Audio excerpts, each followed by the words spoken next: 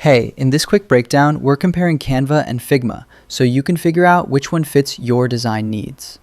So the main difference is pretty simple. Canva is meant for fast, easy, everyday design, while Figma is built for more advanced UI and UX work. Canva is super simple to use.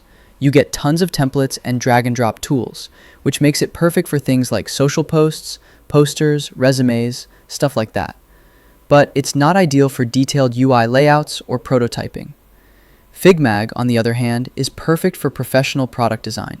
You've got components, auto layout, prototyping, and really strong real-time collaboration. The downside is the learning curve. It's definitely more advanced. For teamwork, both tools work well, but Figma takes it further with live editing and commenting. Canva is better for content creation workflows. In terms of flexibility, Canva is great for quick designs, and Figma is better for complex projects and full app or website design. Price-wise, both have free plans. Canva Pro gives more templates and branding tools, while Figma's paid tiers unlock advanced collaboration features. So yeah, the quick summary is Canva for creators, students, and small businesses.